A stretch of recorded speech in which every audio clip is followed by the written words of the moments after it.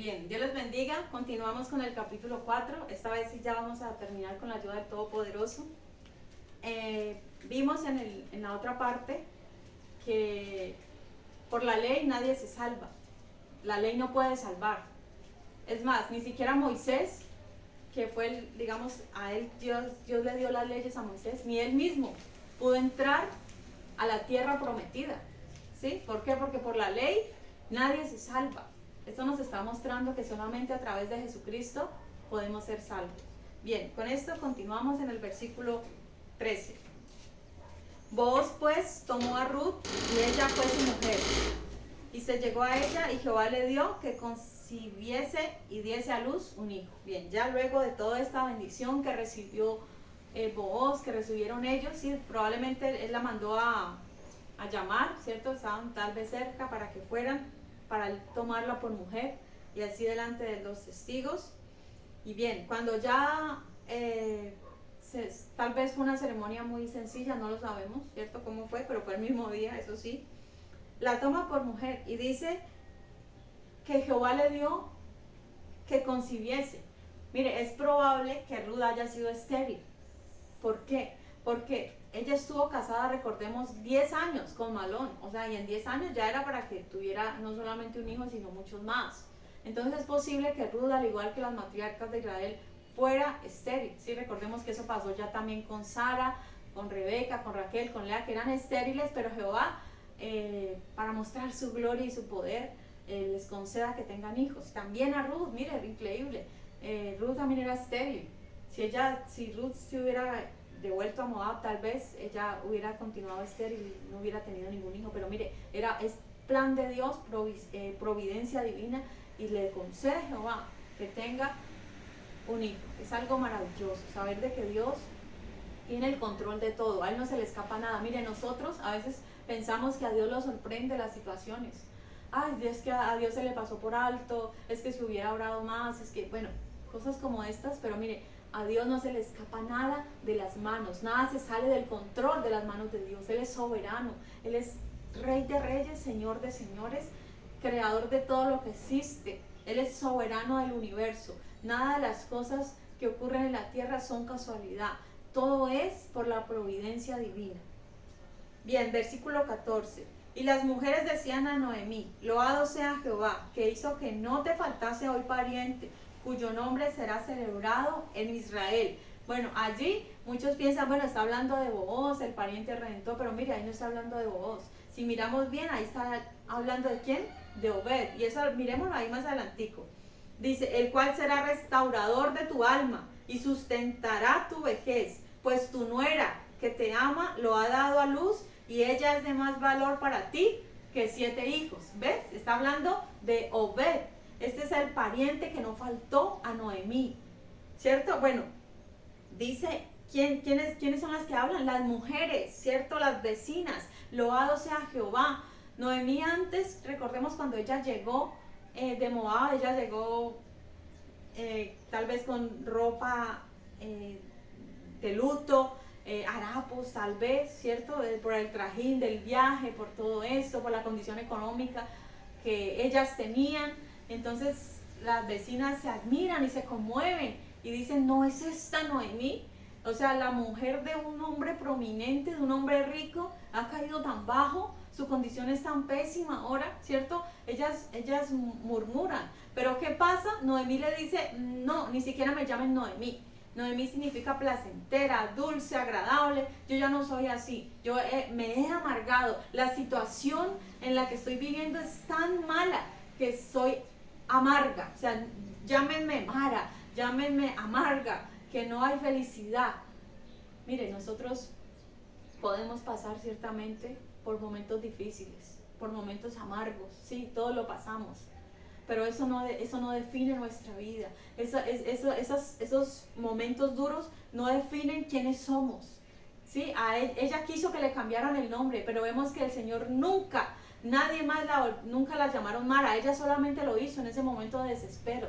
Es decir, no importa la situación tan difícil por la que tengamos que pasar, el Señor siempre nos va a dar la victoria. Y nuestro nombre es el nombre que el Señor nos ha dado, el nombre de bendición, el nombre de victoria. que Él nos ha hecho más que vencedores. Dice la palabra, somos más que vencedores en Cristo Jesús. Ese debe ser nuestro nombre, ¿sí? Que nos identifique como vencedores, como personas que salen adelante, que a pesar de las circunstancias difíciles sabemos sobreponernos a todo, podemos con todo, amado hermano. Mire, la situación de ella ciertamente que fue bastante grave. Se le murió el esposo y se le murieron 2 hijos. O sea, no podemos imaginarnos un dolor más grande de estos. Y todo en un lapso muy corto de tiempo. O sea, todo le ocurre. Entonces ellas deciden regresar, ¿cierto?, a su tierra. Se acordaron del Dios de Israel. Pero recordemos que esas cosas que le pasaron a ella no fueron... ella culpa a Dios, ¿cierto?, de su situación. Pero no fue Dios el que tuvo la culpa. Muchas veces de las cosas, no siempre. Las cosas malas que nos ocurren son por nuestras malas decisiones, pero a veces sí. En este caso sí eran producto de las malas decisiones que ellos como familia habían tomado, ¿cierto? Bien, pero mira, no importa así seamos nosotros culpables de lo que nos pase o no lo seamos, no importa la situación por la que estemos pasando, el Señor nos ayuda, el Señor nos levanta, el Señor nos restaura y nos dice, no, usted sigue siendo Noemí, usted sigue siendo agradable, usted sigue siendo placentera, usted sigue siendo parte del pueblo de Dios, no importa la situación por la cual usted esté pasando. Entonces créalo eso también para usted, así esté pasando un momento difícil, créalo de que el Señor te levanta, el Señor te restaura y el Señor te devuelve todo lo que el enemigo te robó.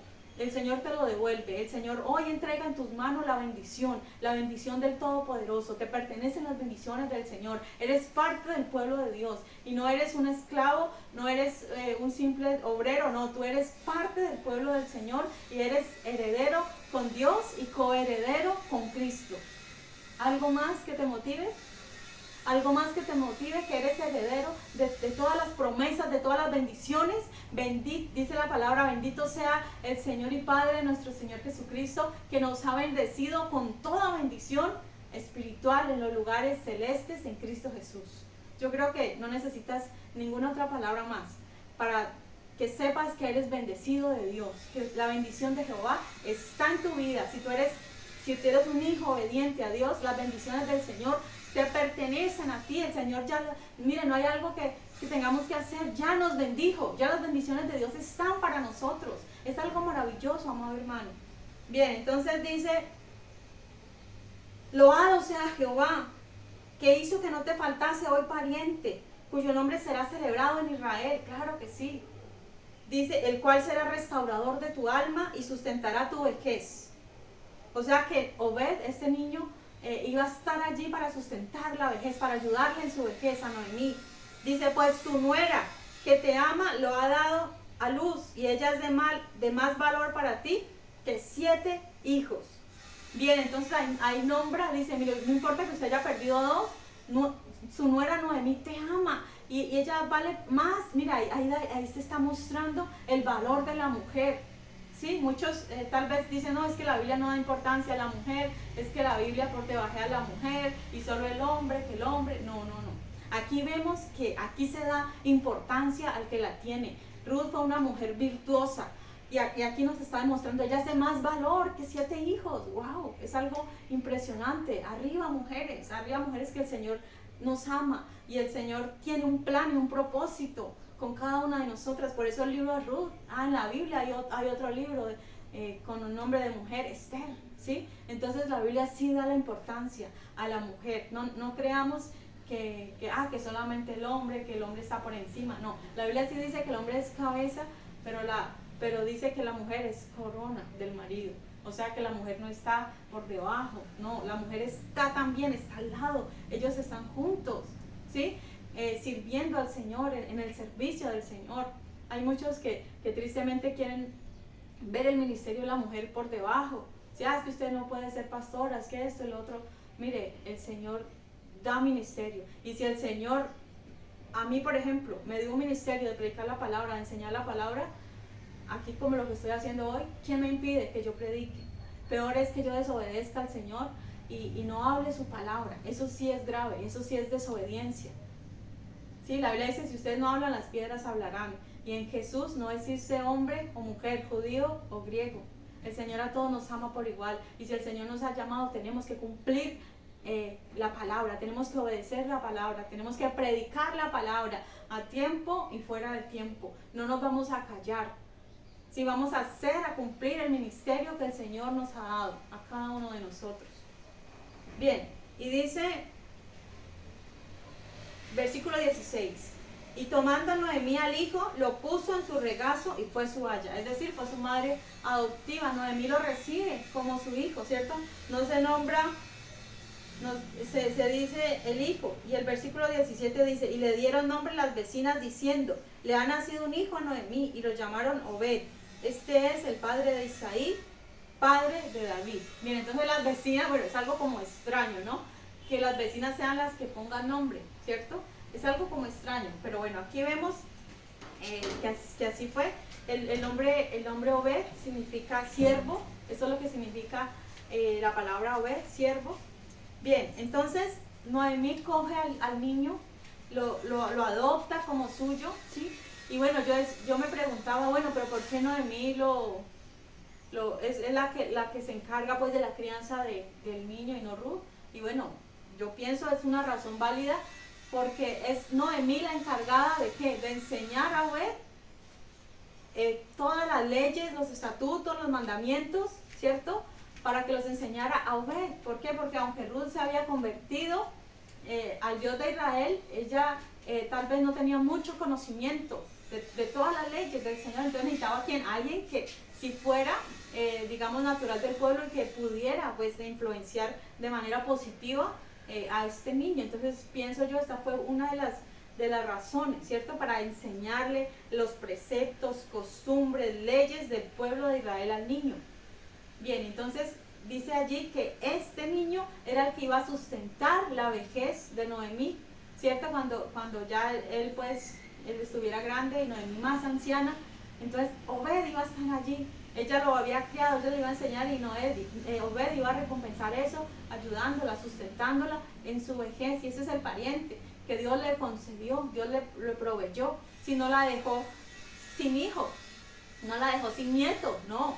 Ella tuvo alguien que estuviera al cuidado de ella en su vejez. Bien, ahora sí, vamos a la última parte ya.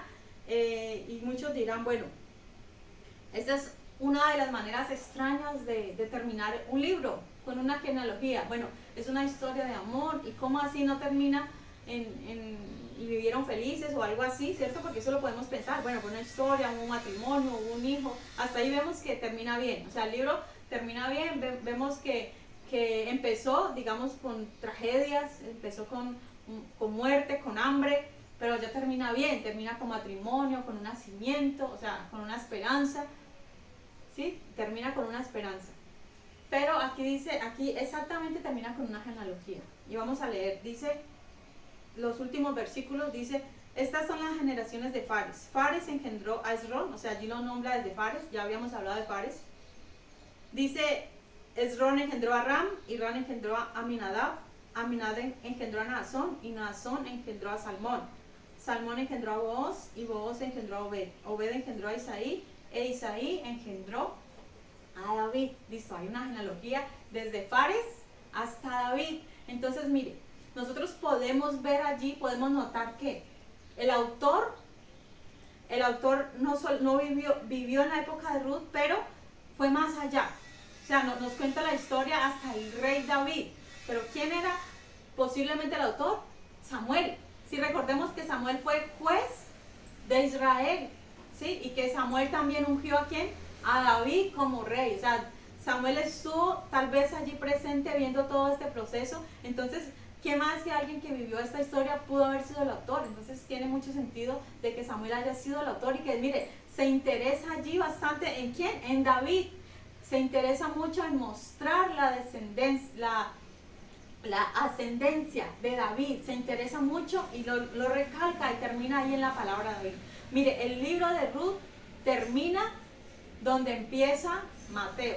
Sí, allí donde empieza Mateo, ahí termina. Vamos a ver ahí Mateo 1 y verá que es cierto. Aquí terminó ¿con quién? Con David. Y vamos ahí a Mateo capítulo 1. ¿Cómo empieza el Nuevo Testamento con Mateo? Dice, Genealogía de Jesucristo.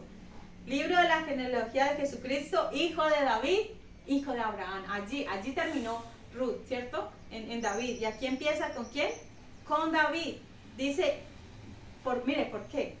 Dice, Abraham engendró a Isaac, Jacob. Bueno, ahí nos muestra, ¿cierto? Nos muestra hasta David y luego hasta Jesucristo. Pero mire, ¿por qué Mateo recalca la importancia de David? ¿Y por qué lo nombra de primero a David? Bueno, ¿por qué? Porque el libro de Mateo va escrito para los judíos, ¿sí? Entonces, para ellos es muy importante el rey David. Entonces está mostrando a Jesús como rey, que Jesús es un descendiente de David. Jesús desciende de David. Entonces eso es lo que quiere recalcar el libro de Mateo, y quiere mostrarlo que Jesús es rey. Recordemos que cada evangelio muestra a Jesús en un aspecto. Mateo lo muestra como rey, Marcos lo muestra como siervo, Lucas lo muestra como el hijo del hombre y Juan lo muestra como el hijo de Dios, como dice el verbo era con Dios, el verbo era Dios. Ahí nos muestra Juan a Jesús, mostrándonos a Jesucristo como Dios en su parte divina, sí, aunque humano, pero también divino. Nos está mostrando que Jesús no solamente existió solamente mientras vino a la tierra, sino que desde antes Él ya existía.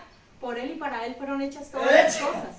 Entonces mire qué lindo, qué importante es esta palabra, o sea, ver esto, ver cómo empieza, ¿sí? O sea que esta es la parte maravillosa, ¿sí? Esta parte es maravillosa, que nos muestra una genealogía, que nos está mostrando el Evangelio anticipadamente, ¿sí? El Evangelio de Jesucristo. Mire, yo cerré ahí el capítulo de Mateo y yo quiero mostrar algo más.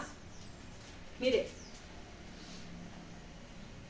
Jesús es mostrado como siervo y como rey, ¿cierto? Bien, siervo, Obed. Vimos que Obed significa siervo. Y Jesús lo vemos en Marcos, lo muestra como siervo. Y como rey en Mateo, ¿cierto? Y es David, ¿sí? O sea que Jesús tenía la parte de siervo y tenía la parte de, la parte de rey ahí en Mateo. Bien, entonces estamos viendo acá también ¿por qué? ¿Por qué nos muestra esto? Mire, Mateo comienza donde Ruth termina, con el rey David. El libro de Mateo empieza mostrando que Jesús es descendiente directo del rey David. Este libro se encarga de mostrar a Jesús como rey. En Jesús se cumplen las promesas dadas a Abraham y las promesas dadas a David. ¿Y qué fue lo que Dios le prometió a Abraham? Que en Abraham serían benditas, ¿qué? Todas las familias de la tierra. En Jesús se cumple. Y a David, ¿qué le prometió el Señor? Que no faltará un heredero que se siente en tu trono, ¿sí?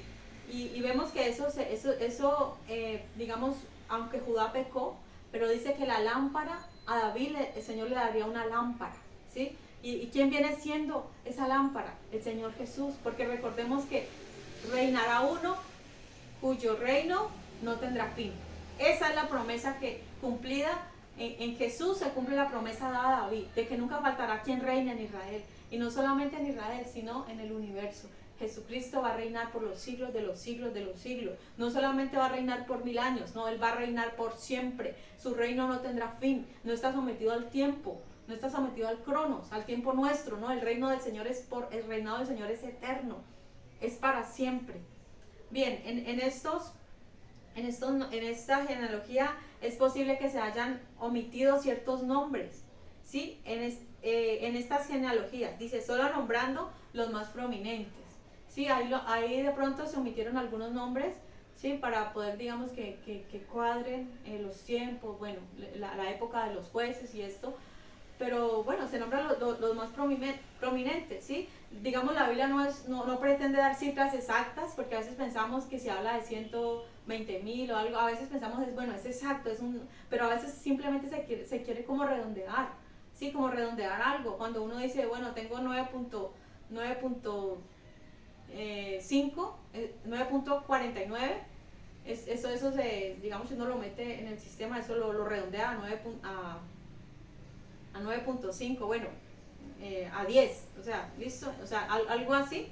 algo así, es como un redondeo. La Biblia quiere mostrar cifras enteras y no muchas veces exactas. Esto puede pasar también con las genealogías, que a veces se ven algunos nombres omitidos, que están omitidos y en otras partes sí están. ¿Sí? No es nada malo. ¿Sí? Recordemos que la Biblia no pretende ser un libro histórico exacto, no. La Biblia pretende ser un libro de fe, o sea, que creamos en Él, que creamos en Él, ¿sí? Que tengamos la fe puesta en Dios, ¿sí? Porque sin fe es imposible agradar a Dios. Así es de que no se trata de hechos históricos precisos y exactos, muchas veces no lo vamos a encontrar. Pero sí, la Biblia tiene las características de ser infalible, inerrante, o sea, no tiene error. Simplemente que los autores dan su punto de vista muchas veces, ¿sí? Y por estar sujeta a humano podemos ver, dice, bueno, aquí el autor omitió ciertas partes, y entonces eso puede suceder. Bien, entonces vamos a ver algo importante que no nos nombra acá en Ruth, pero sí nos lo nombra en Mateo. Y vamos a ir a ver a Mateo donde sigue hablando de las genealogías. Dice, Salmón engendró, desde el 3, dice, Judá engendró a Tamar, engendró de Tamar a Fares. Sí, ahí está mostrando a quién, a Tamar. ¿Quién fue Tamar? Bueno, no era ramera, pero sí se hizo algo así por un día, ¿cierto? Dice también nos están nombrando a Rahab, que Rahab sí fue ramera, ¿cierto? Que engendró a Booz. Más adelante, aquí nos están nombrando. Dice que Salomón engendró de la que fue mujer de Urías, o sea, ¿de quién? A Betsabé, sí, o sea, otra mujer. Y más adelante nos nombra a Ruth, o sea, Ruth es nombrado aquí en Mateo. Miremos allí, a ver, ¿dónde está? En mujer de Urías, Asa, bueno. Dice, Ezequiel engendró a Manasés, Josías, Salatiel, Jeroboam, bueno. Exactamente, bueno, más adelante. Versículo 5. Salmón engendró a Rahab de Booz, Booz engendró de Ruth a Obed. O sea, está nombrando a Ruth y más adelantico está nombrando a María. Bueno, María sí fue una mujer pura, ¿sí? No sin pecado, porque ella sí cometió pecado, al igual que todo el resto de seres humanos. Pero María sí fue una mujer pura, santa, digámoslo así. Pero nos está mostrando a qué mujeres, a Tamar, a Rahab, a Betsabé, a Ruth, a María. O sea, nos está mostrando que de ellas. Mire, pareciera que la Biblia no diera importancia a las mujeres. Claro que sí la da, y ahí lo estamos viendo. El Señor está recalcando. ¿Y por qué será que el Señor recalca a las mujeres ahí en la genealogía de Jesús, queriéndolo mostrar como rey? ¿Por qué nombra a Ruth, la moabita? ¿Por qué nombra a mujeres cananeas, a mujeres que no pertenecían al pueblo de Dios? Mire, porque estamos hablando del pariente, el pariente redentor. Usted puede decir, bueno, Jesús vino, se hizo judío, nació como hombre pero siendo judío, entonces él es pariente solamente de los judíos, ¿cierto? Pero mire, aquí está lo maravilloso. Aquí está mostrando que Jesús también fue pariente nuestro, y ahí lo estamos viendo, que los gentiles, o sea, hubo ese parentesco con los gentiles, no solamente con judíos, no solamente entre ellos. Digamos, bueno, María sí, judía, Betsabé también, ¿cierto? También fueron judías. Pero ¿qué pasaba con Tamar? ¿Qué pasaba con Rahab? ¿Qué pasaba con Ruth?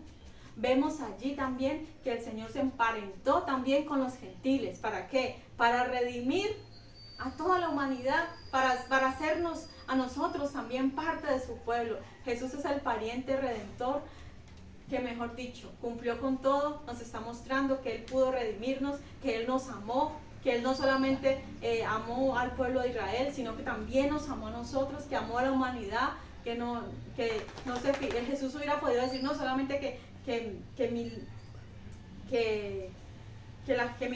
dentro de mi genealogía solo hayan mujeres israelitas, mujeres puras, pulcras, pero no fue así. Jesucristo tuvo en cuenta cualquier detalle. ¿Para qué? Para que nosotros supiéramos que Jesús es nuestro Redentor, que Jesucristo pudo hacerlo, que Jesucristo pensó en nosotros, que Jesús no nos excluyó a nosotros los gentiles, no, Jesucristo pensó en cada uno de nosotros. En Jesús vemos el cumplimiento de todas las promesas. En Jesús vemos el cumplimiento de la ley y los profetas. Se cumplen en Jesús. Por eso Juan el Bautista dijo, he aquí aquel de quien les había hablado. Él es.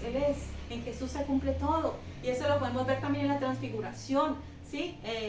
Vimos a Elías representando a los profetas y vimos a Moisés representando la ley. Y ahí, ¿quién estaba en medio? Jesús. Jesús es el cumplimiento de todo, de la ley y los profetas. Todo se cumple en Jesús. Las promesas dadas a David, las promesas dadas a Abraham, se cumplen en Jesús, nuestro Redentor. Y esta es la manera más espectacular de terminar con el libro, ¿sí? El autor de Ruth quiere hacer énfasis en David. El libro de Mateo quiere hacer énfasis ¿en quién? En David, pero todos sabemos que a quién apunta, a Jesús. Bueno, David ciertamente fue un rey, el más extraordinario rey de Israel, el mejor rey que tuvo Israel, y a pesar de su pecado, pero recordemos que él se arrepintió de corazón y nos quiere mostrar a David. Pero por encima de David está ¿quién? El Señor Jesús, el Hijo de David. Por eso al Señor Jesús no se avergüenza en llamarse Hijo de David. Todo apunta ¿a quién? Al Hijo de David, a Jesucristo como Rey soberano, como Rey de reyes. Entonces es maravilloso cómo termina este libro. ¿Sí? Cómo Samuel nos quiere hacer énfasis, bueno, en David. Sí, porque recordemos lo crucial que es David en la historia de Israel y en la historia de la redención. Tiene mucho que ver. Sí, es más, David volverá a reinar en Israel, volverá en los tiempos del milenio, vuelve a ser rey. Es algo maravilloso, es la mejor manera de terminar este libro, mostrándonos amor y redención. Le doy gracias a Dios primeramente que me permitió enseñar esta palabra, y a ustedes yo sé que muchos están atentos, están pendientes de estos mensajes, ¿sí? Si de pronto hay algo que de pronto no dicen, bueno, eso como que no me cuadra, bueno, tranquilos, que todos cometemos errores.